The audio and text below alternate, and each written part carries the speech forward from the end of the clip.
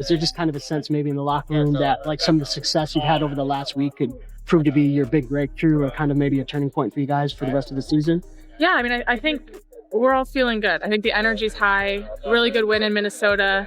Had a chance to celebrate together. I think that only helps our chemistry. You know, all that stuff off the court definitely fuels us. We're having fun with each other. We're having fun together playing. So I think it is. I think this is a good moment for us. And, you know, especially we're playing without one of our best players. So to do that in those circumstances, we're really just proud of ourselves. The Las Vegas Aces dynasty is a fraud. They just got demolished by 27 points on their home court. A complete and total humiliation that exposed every crack in their foundation. While their MVP, Aja Wilson, got every gift-wrapped call from the referees, she couldn't stop the bleeding, because on the other side was the Indiana Fever, a team that delivered a masterclass in heart and hustle, all while their superstar Caitlyn Clark watched from the bench. This wasn't just a loss for Vegas, it was an exposure of the highest order, proving that hype and favorable whistles are no match for a team that actually plays together.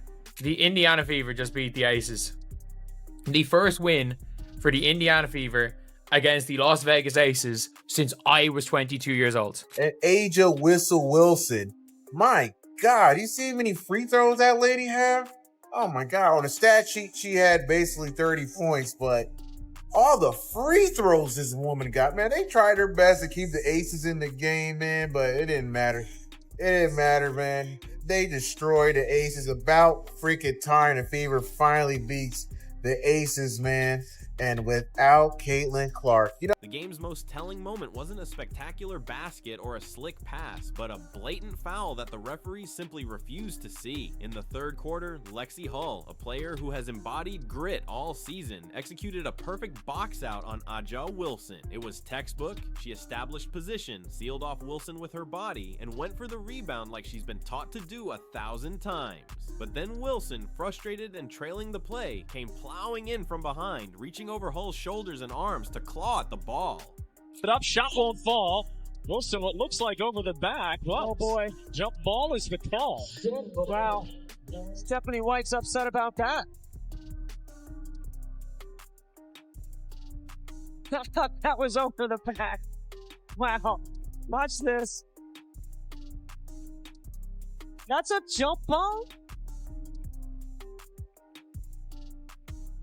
To anyone who has ever watched a single game of basketball, it was an obvious over-the-back foul. Indiana's ball, end of story. Instead, in a baffling decision that left the announcers and fans stunned, the refs called a jump ball. They rewarded the player who committed the foul, a moment so unjust it felt like the game was being tilted to protect its star. It was the kind of call that could have shattered a young team's spirit. Like Wilson was equally entitled to that rebound after bulldozing Hull from behind. But this was a big win for the Fever because the Aces were the only team that they had not won at least one game to last season, meaning the Aces swept the Fever last season. They actually haven't won a game against the Aces in 16 games. And they did it without Caitlyn Clark. This team is crazy. They are beating the #1 team in the league first. And then they go and beat the Aces, who they haven't won to in 16 games.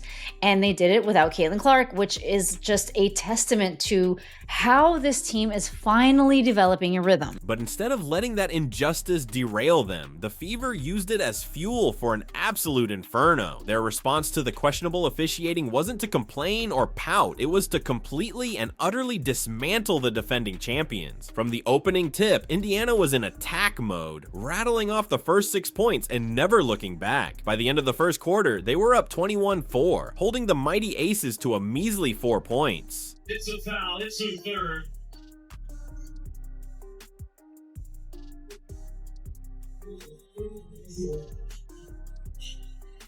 Lexie Hull, tremendous play and base.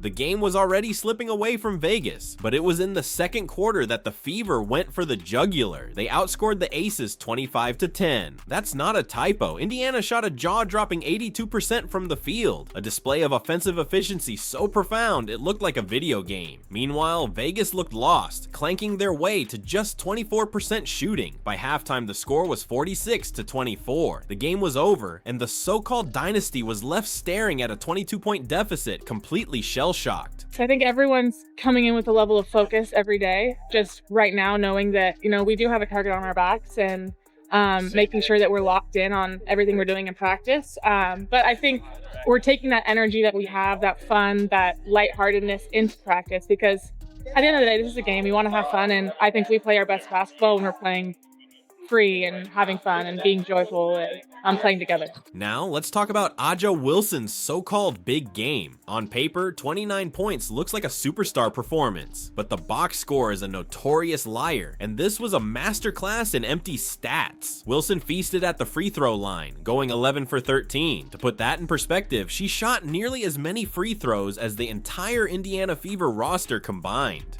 Indiana has not beaten Las Vegas since the 2019 season.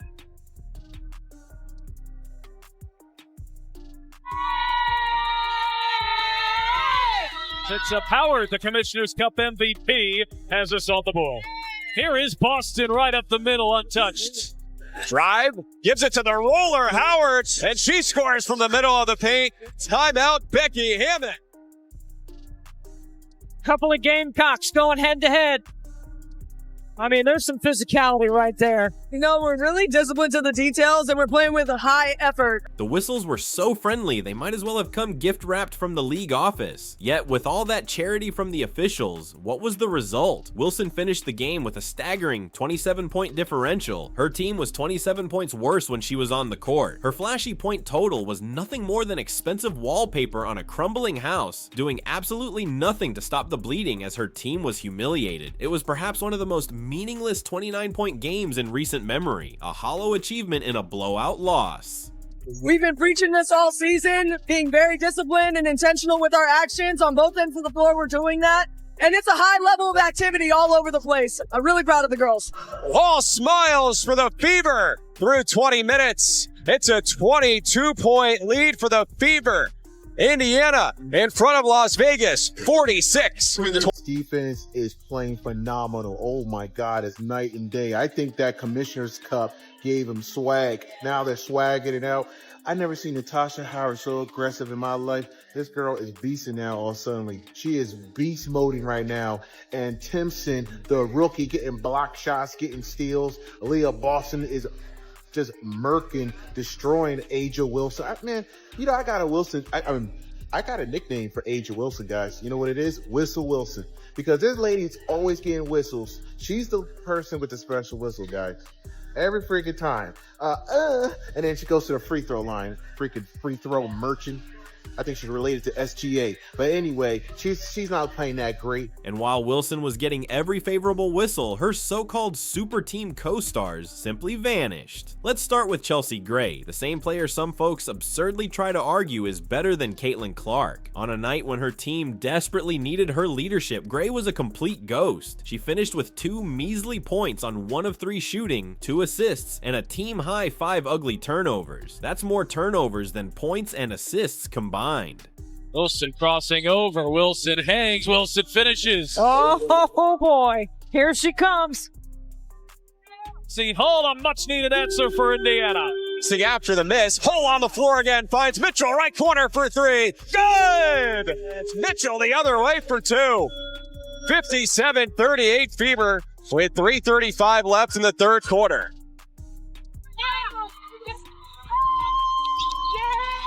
Aja Wilson, she got a favorable whistle in the second half, but it is what it is. Superstars get the whistle. Unless your name is,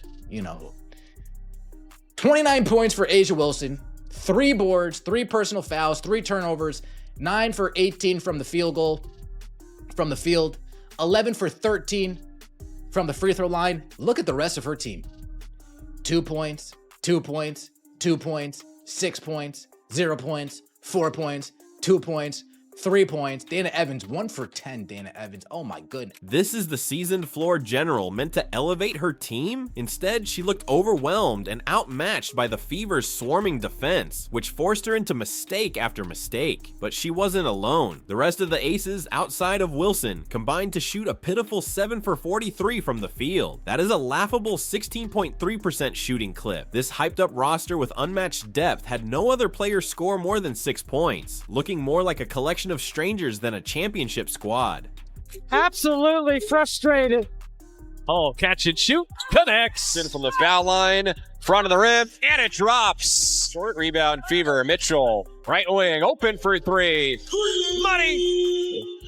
Holding the Aces to 26% shooting. It's the lowest a Fever opponent has shot in 15 years. Really put it on right here. You can see 24 points in the first half for the Aces. I mean, seriously, for the Aces. Points in the paint, 38-20. I mean, it was a dominant win by the Indiana Fever. In stark contrast to the Aces one-woman show and a cast of ghosts, the Indiana Fever put on a clinic in team basketball. This wasn't a lucky win, it was a symphony of execution. Kelsey Mitchell took over, pouring in 25 points and dishing out 6 assists, hitting dagger after dagger with the confidence of a seasoned killer. Yes, let's get a dub column.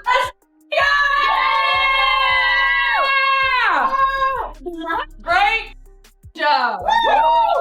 We held them to 26% from the floor. Nice. In the paint, Aaliyah Boston was an absolute force, scoring 20 points and grabbing 7 rebounds, reminding everyone why she is one of the most polished bigs in the league. And Natasha Howard played with a personal vengeance, posting 11 points and 10 rebounds to earn the Commissioner's Cup MVP in a performance that screamed dominance. They moved the ball with crisp, unselfish purpose, racking up an incredible 24 assists on 31 made shots. This was the definition of a balanced, connected offense, where every player contributed to the demolition of their opponent. I don't know about frustrations boiling over as more to just like making a point.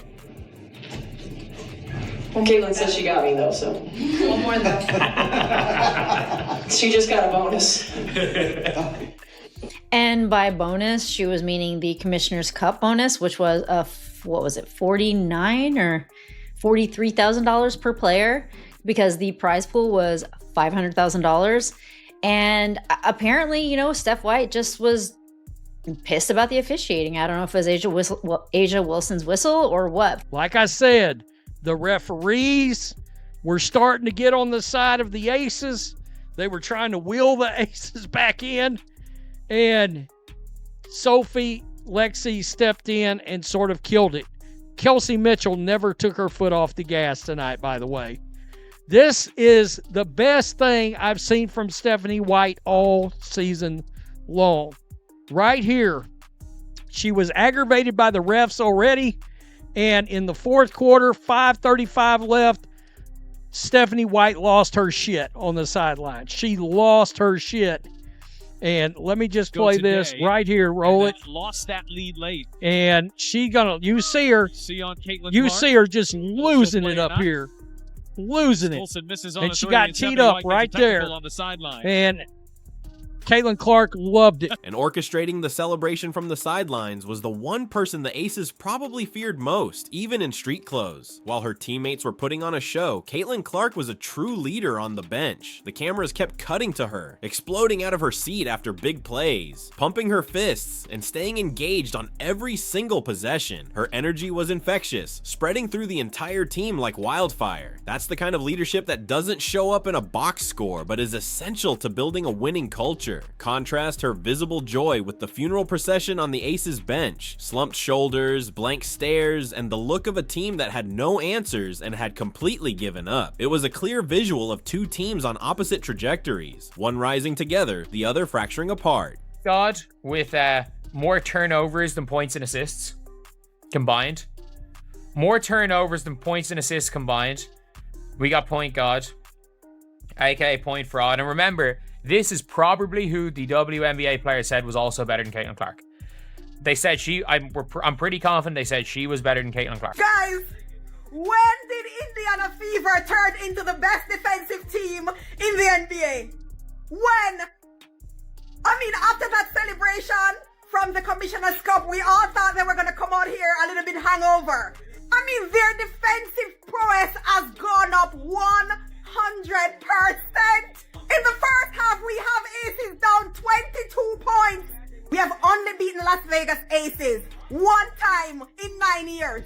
For those who do not know that statistic, We've only beaten them once in 9 years. Their defense is impenetrable. We have 28 points in the paint for the second quarter. We're shooting 90% from the field in the second quarter.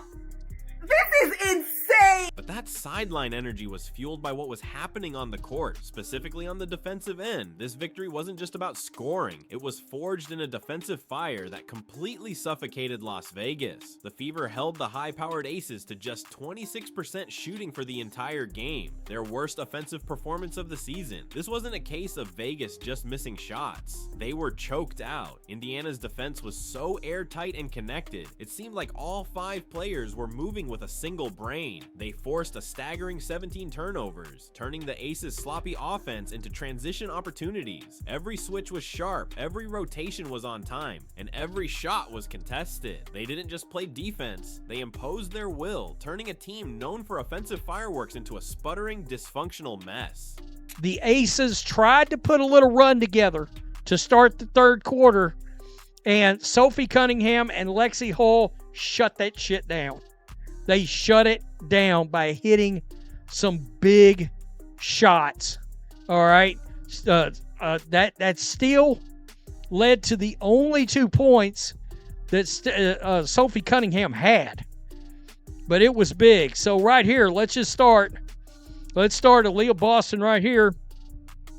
That's Sydney Colson to Boston. She going to drive into the lane. Wilson. And I've got to tell you, she gave Asia Wilson all she could handle. And this relentless intensity didn't just come from the players. It was being demanded from the very top. In the fourth quarter, with the game well in hand, but the officiating still frustratingly one-sided, Fever coach Stephanie White had finally seen enough. After yet another questionable call, she completely lost it on the sideline, screaming at the officials until she was hit with a technical foul. This wasn't a coach losing her cool. This was a leader making a statement. She was sending a message to her team and the entire league that the Fever would not be pushed around or disrespected. And the best part? The camera panned to Caitlyn Clark, who was on the bench absolutely loving it. That moment of defiance from the coach, endorsed by her superstar, perfectly captured the new identity of this team. A tough, unified group that fights for every inch.